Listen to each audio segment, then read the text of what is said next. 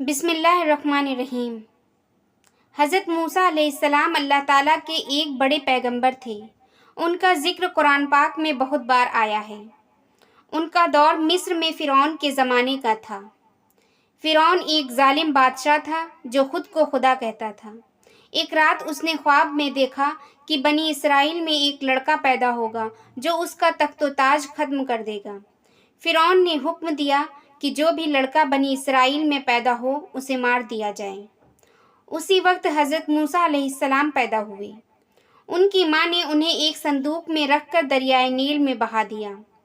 اللہ کے حکم سے وہ صندوق فرعون کے محل سے جا لگا اور فرعون کی بیوی آسیہ نے انہیں پالنے کا فیصلہ کیا۔ جب موسیٰ علیہ السلام بڑے ہوئے تو انہوں نے ایک دن دیکھا کہ ایک مصر کا آدمی بنی اسرائیل کے آدمی پر ظلم کر رہا ہے۔ انہوں نے اسے بچانے کے لیے اسے مارا اور وہ مر گیا۔ موسیٰ علیہ السلام ڈر کے مارے مصر سے بھاگ گئے اور مدینہ چلے گئے۔ وہاں انہوں نے ایک نیک بزرگ حضرت شعیب علیہ السلام کی بیٹی سے نکاح کیا۔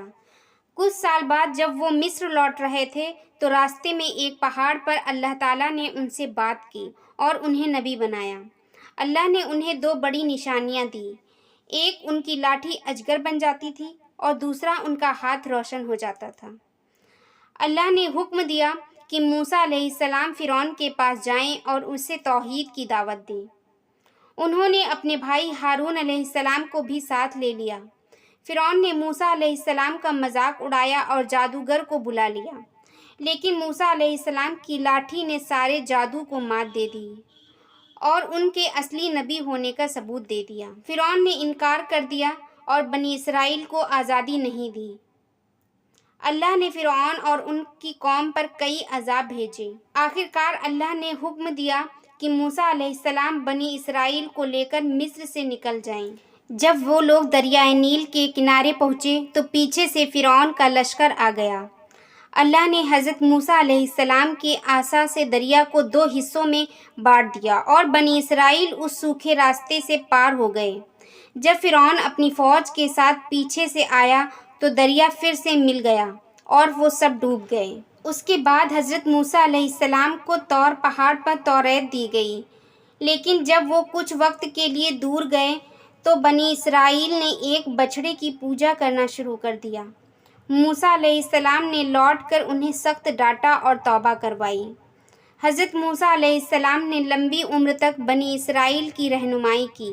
جب انہوں نے فلسطین کی زمین میں داخل ہونا چاہا تو بنی اسرائیل نے انکار کر دیا۔ اللہ نے انہیں سزا کے طور پر 40 سال جنگل میں ہی بھٹکنے دیا۔ آخر میں حضرت موسیٰ علیہ السلام کی وفات جنگل میں ہی ہو گئی۔ حضرت موسیٰ علیہ السلام کا واقعہ ہمیں صبر، ایمان اور اللہ پر بھروسہ رکھنا سکھاتا ہے، اور یہ بھی سکھاتا ہے کہ ظلم چاہے کتنا بھی بڑا ہو، اللہ کی مدد سے حق ضرور فتح پاتا ہے۔ السلام علیکم ورحمۃ اللہ وبرکاتہ۔